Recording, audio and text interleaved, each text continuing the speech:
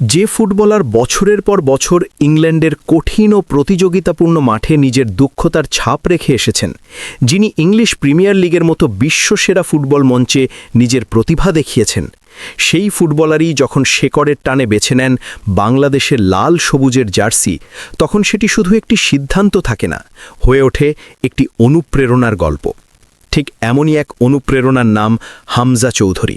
দেখতে দেখতে কেটে গেছে একটি বছর, আর এই এক বছরের মধ্যেই বদলে গেছে বাংলাদেশের ফুটবলের চেনা চিত্র। যে দলটি একসময় জয়ের স্বাদ ভুলে গিয়েছিল, যে দলকে নিয়ে সমর্থকদের মাঝে ছিল হতাশা, সেই দলই এখন লড়াই করতে শিখেছে, সাহস নিয়ে মাঠে নামতে শিখেছে। আর এই বদলে যাওয়ার গল্পের কেন্দ্রে রয়েছেন একজন মানুষ, হামজা চৌধুরী। তিনি নিজেই বলেছেন, বাংলাদেশের হয়ে খেলার সিদ্ধান্তটি তার জীবনের অন্যতম সেরা সিদ্ধান্ত। 2025 সালের মার্চ মাসে শুরু হয়েছিল সেই স্মরণীয় যাত্রা। ভারতের বিপক্ষে ম্যাচ দিয়ে বাংলাদেশের জার্সিতে প্রথমবারের মতো মাঠে নামেন হামজা চৌধুরী। সেই ম্যাচ ছিল কেবল একটি অভিষেক নয়, বরং নতুন এক আশার সূচনা। এরপর ধীরে ধীরে কেটে যায় সময়, আসে ডিসেম্বরের সেই গুরুত্বপূর্ণ ম্যাচ, যে ম্যাচে বাংলাদেশ ভেঙে দেয় দীর্ঘ 22 বছরের খরা। সেই ম্যাচেই হামজা আবারও প্রমাণ করেন কেন তিনি আলাদা, কেন তিনি দলের জন্য এত গুরুত্বপূর্ণ। তার উপস্থিতি শুধু একজন খেলোয়াড়ের নয়, যেন পুরো দলের জন্য এক শক্তির উৎস। দেশের হয়ে এখনও পর্যন্ত হামজা চৌধুরী খেলেছেন মোট 9টি ম্যাচ।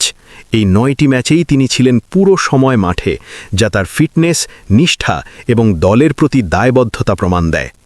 একজন ডিফেন্সিভ মিডফিল্ডার হিসাবে তার মূল কাজ রক্ষণ সামলানো হলেও হামজার খেলায় দেখা গেছে ভিন্ন এক মাত্রা।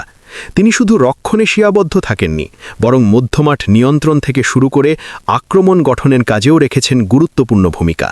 মাঠের প্রায় প্রতিটি জায়গায় ছিল তার সক্রিয় উপস্থিতি।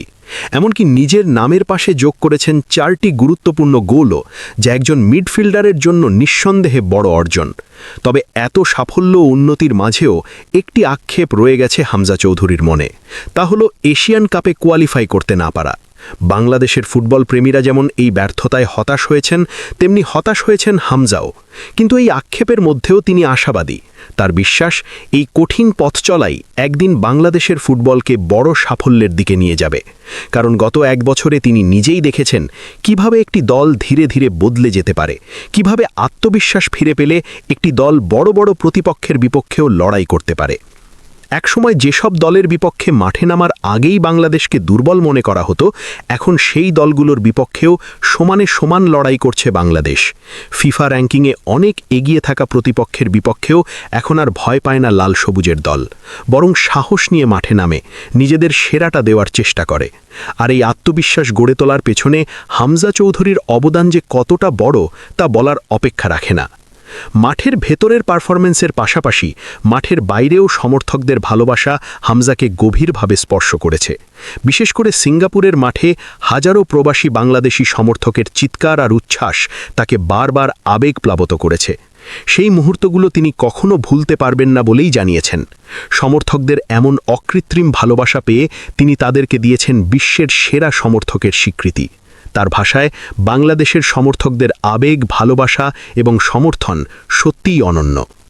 বাংলাদেশের হয়ে খেলার প্রথম বছরটি শেষ হয়েছে অনেক অভিজ্ঞতা, শেখা এবং নতুন স্বপ্ন নিয়ে। এখন হামজা চৌধুরীর চোখ সামনে এগিয়ে যাওয়ার দিকে। তার লক্ষ্য এখন আগামী সেপ্টেম্বরের সাফ চ্যাম্পিয়নশিপ। লাল সবুজের জার্সি গায়ে জড়িয়ে ট্রফি উঁচিয়ে ধরার স্বপ্ন দেখছেন এই পরিশ্রমী মিডফিল্ডার। তিনি বিশ্বাস করেন, যদি সবাই একসঙ্গে পরিশ্রম করে, যদি দলের মধ্যে এই আত্মবিশ্বাস ধরে রাখা যায়, তাহলে সেই স্বপ্ন বাস্তব হতে খুব বেশি সময় লাগবে না। একসময় ভাঙাচোরা, আত্মবিশ্বাসহীন একটি দলের মাঝে যে আত্মবিশ্বাসের বীজ বপন করেছেন হামজা চৌধুরী, সেটিই এখন ধীরে ধীরে বড় গাছে পরিণত হওয়ার পথে। সেই বীজ থেকেই জন্ম নিচ্ছে নতুন আশা, নতুন স্বপ্ন। আর সেই স্বপ্নের সাথে জড়িয়ে আছে দেশের কোটি কোটি ফুটবল প্রেমীর প্রত্যাশা। তারা বিশ্বাস করতে শুরু করেছে, বাংলাদেশের ফুটবলের সামনে হয়তো সত্যিই আসছে এক নতুন দিন। আর সেই নতুন দিনের অন্যতম প্রধান কারিগর হয়ে ইতিহাসের পাতায় নিজের নাম লিখে রাখছেন হামজা চৌধুরী।